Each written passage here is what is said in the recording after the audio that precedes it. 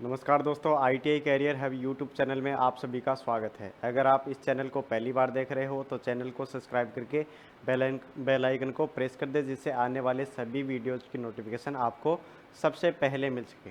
तो साथियों, आज की क्लास के अंदर अपने रिंच के बारे में जानने वाले हैं। रिंच क्या होता है, कितने प्रकार के अपने रिंच होते हैं।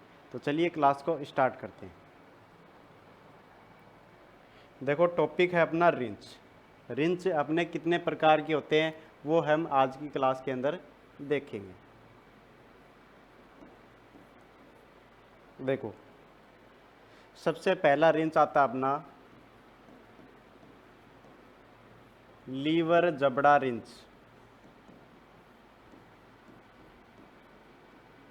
लीवर जबड़ा रिंच।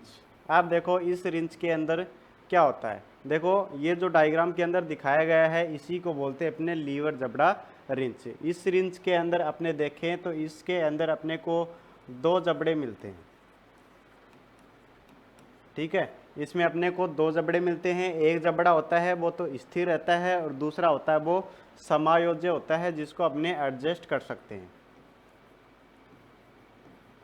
एक जबड़ा तो क्या होता है भाई, स्थिर, और दूसरा जबड़ा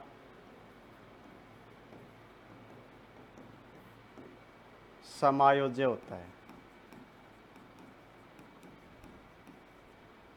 ठीक है, एक जबड़ा है वो तो स्थिर रहता है और दूसरा जबड़ा है वो चलित होता है, उसको अपने एडजस्ट कर सकते हैं, उसको समायोजित कर सकते हैं। ठीक है, दूसरी चीज़, इस लीवर जबड़ा रिंच को कॉम्बिनेशन होल्डिंग डिवाइस के नाम से भी जानते हैं। किस नाम से जानते हैं? कॉम्बिनेशन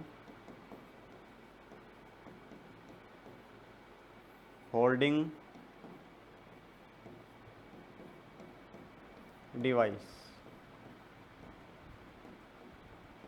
ठीक है, कॉम्बिनेशन होल्डिंग डिवाइस के नाम से भी इसको जाना जाता है। ये इसका डायग्राम है, इसको ध्यान में रखना। ठीक है, तो ये अपना पहला हो गया लीवर जबड़ा रिंच। आगे बढ़ते हैं, और 2 नंबर का जो रिंच आता है उसका नाम आता है मंकी रिंच। मंकी रिंच, ये जो रिंच होता है ये बंदर के मुख के समान रहता है, इसीलिए इसका नाम होता है मंकी रिंच। ये जो मंकी रिंच होता है ये वर्नियर कैलिपर के समान होता है। जो अपना वर्नियर कैलिपर होता है उसी के समान ये दिखाई देता है। ठीक है, इसके अंदर भी दो जबड़े होते हैं, एक स्थिर और दूसरा मूवेबल। और इसके अंदर एक नर्लिंग स्क्रू होता है, जिसकी मदद से इसका जो चलित जबड़ा है इसको समायोजित किया जाता है। ठीक है, सबसे पहली बात यह वर्नियर कैलिपर के समान होता है।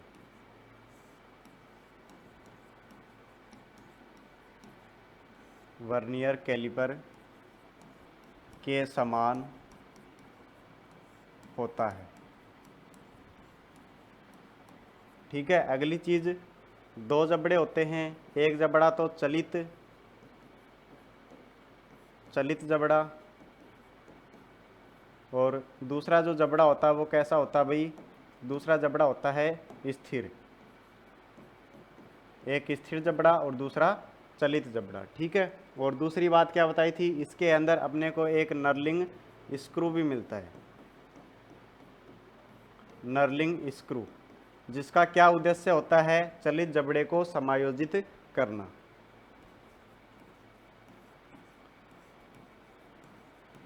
चलित जबड़े को समायोजित करना। ठीक है, अगली मुख्य बात नोट करके लिखेंगे। इससे पहले अपने स्पेनर पढ़े थे, और स्पेनर के अंदर एक स्पेनर हमने पढ़ा था एडजस्टेबल स्पेनर। ठीक है, तो जो एडजस्टेबल स्पेनर होता है उसकी तुलना में ये अधिक मजबूत माना जाता है। ठीक है, और इसका जो यूज है वो भारी कार्यों के अंदर किया जाता है, और एडजस्टेबल स्पेनर का जो उपयोग वो हल्के कार्यों के अंदर करते हैं। ठीक है, यह रिंच एडजस्टेबल स्पेनर की तुलना में अधिक मजबूत होता है।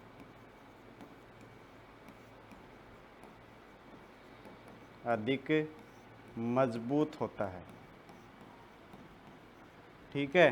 अगली चीज इसका उपयोग। उपयोग के संबंध में भारी कार्यों के लिए, भारी कार्यों के लिए हम इस रिंच को काम में लेते हैं। ठीक है, ये हो गया अपना मंकी रिंच, या फिर बोल सकते हैं अपने ये वर्नियर कैलिपर के समान होता है। ठीक है, चलिए आगे बढ़ते हैं। अगला रिंच आता है अपना टॉर्क रिंच।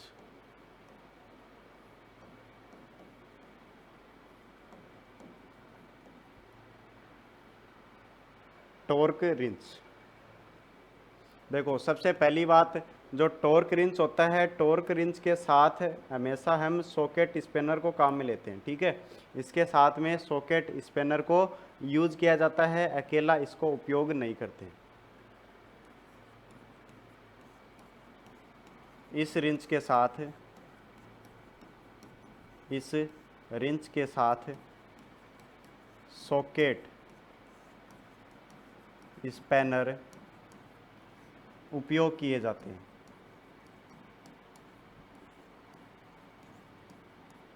सॉकेट स्पैनर उपयोग किए जाते हैं। ठीक है,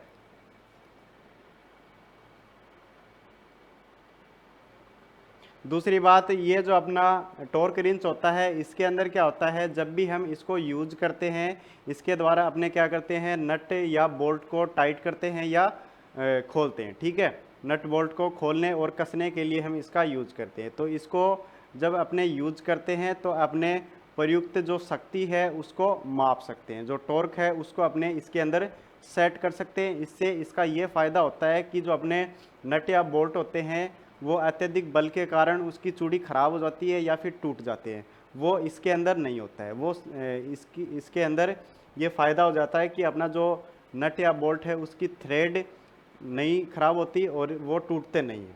ठीक है, अगली चीज़,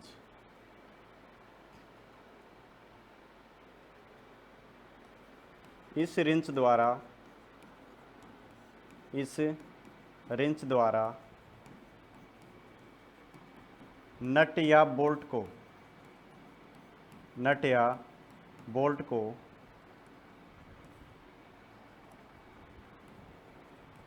खोलते व कसते समय,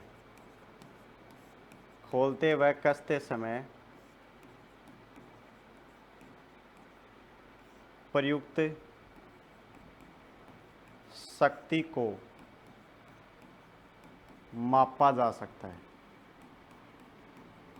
इसके अंदर अपने टॉर्क है उसको सेट करके और नट बोल्ट को खोल सकते हैं और उसको टाइट भी कर सकते हैं। ठीक है,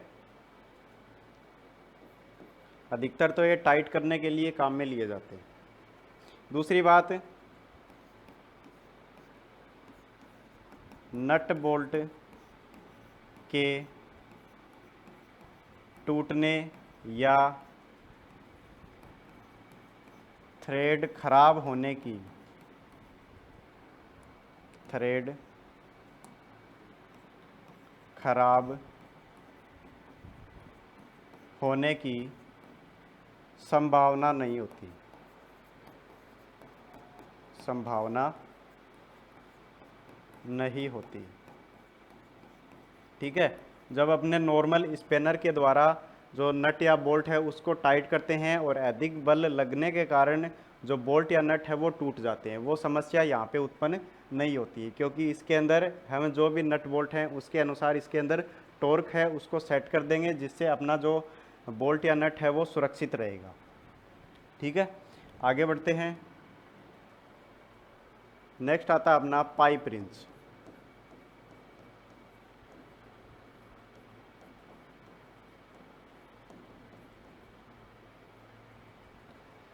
pipe wrench,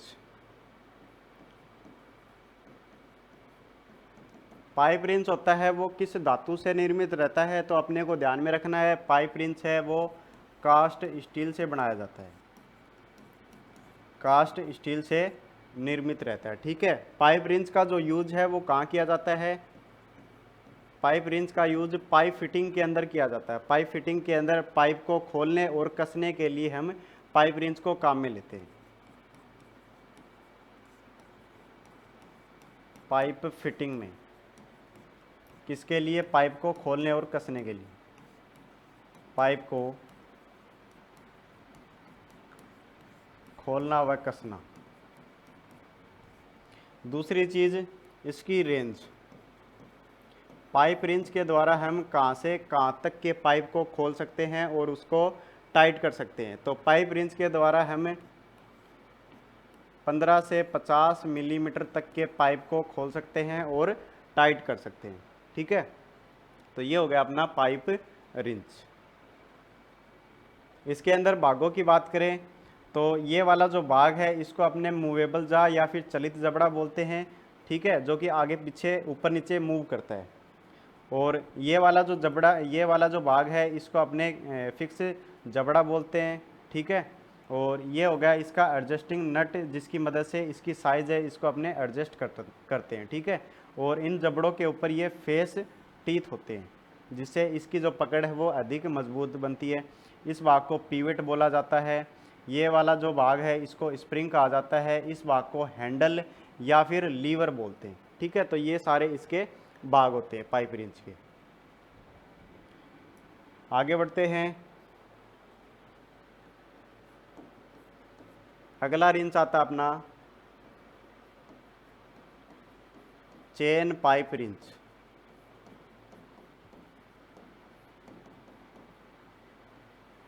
chain pipe wrench, देखो चेन पाइप रिंच होता है, इसके अंदर अपने क्या करते हैं, इसको भी पाइप फिटिंग के अंदर यूज करते हैं। पाइप को खोलने और कसने के लिए काम में लिया जाता है। इसके अंदर एक चैन का यूज करते हैं। ठीक है, ये वाला हैंडल होता है और ये अपनी चैन है। ठीक है, और यहाँ पे ये ग्रिपिंग पार्ट्स हैं। अब इस चैन को क्या करेंगे, अपने पाइप के ऊपर लपेट के और इसको हुक के अंदर फंसा के पाइप को खोलते हैं और कसते हैं। ठीक है, यूज पाइप फिटिंग में,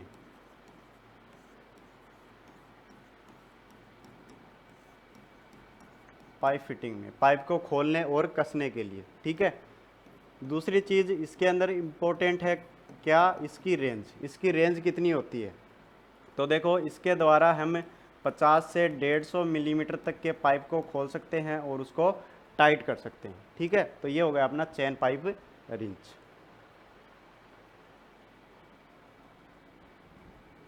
चलिए आगे बढ़ते हैं। नेक्स्ट आता अपना foot print wrench. Foot print wrench, foot print wrench. ठीक है, इसका जो यूज है वो पाइप फिटिंग के अंदर ही किया जाता है, लेकिन इसका यूज अपने सीमित स्थानों में करते हैं। इसका यूज सीमित स्थानों में किया जाता है।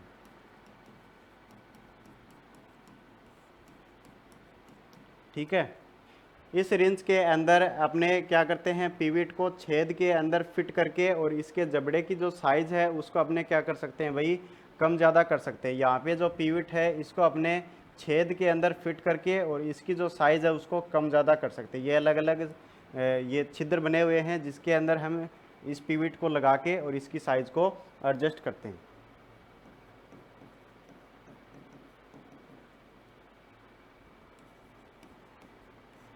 इस रिंच में पिवेट को छिद्र में फिट करके, पिवेट को छिद्र में फिट करके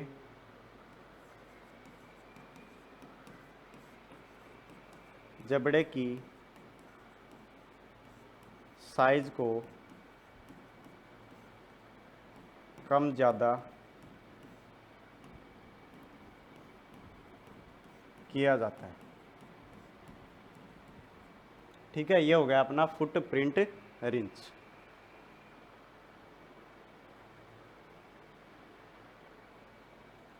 आगे बढ़ते हैं। नेक्स्ट आता है अपना स्ट्रेप रिंच।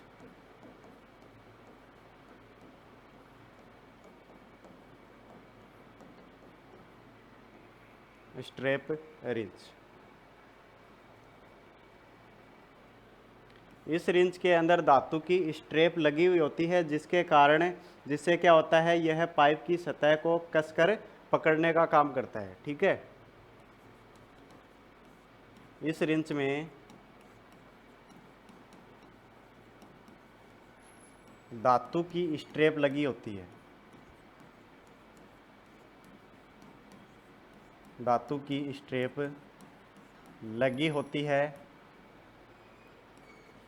जिससे यह पाइप को कसकर पकड़ता है, कसकर पकड़ता है।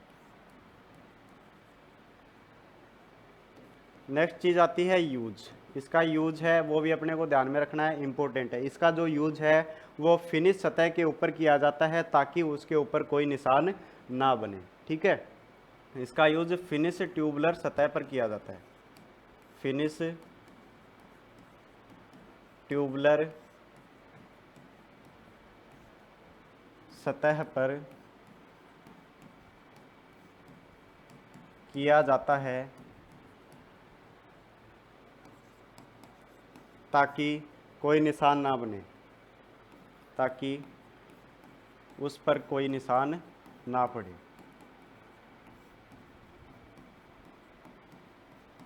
तो ये हो गया अपना स्ट्रेप रिंच। ठीक है, तो अपने जो रिंच है वो यहाँ पे कंप्लीट हो जाते हैं। अपने टोटल कितने हो गए, 7 प्रकार के रिंच होते हैं। ठीक है, आशा करते हैं ये आपको समझ में आ गए होंगे। अगर ये वीडियो आपको अच्छा लगा तो इसे लाइक करें, शेयर करें। आज के लिए बस इतना ही, मिलते हैं नेक्स्ट वीडियो में। धन्यवाद।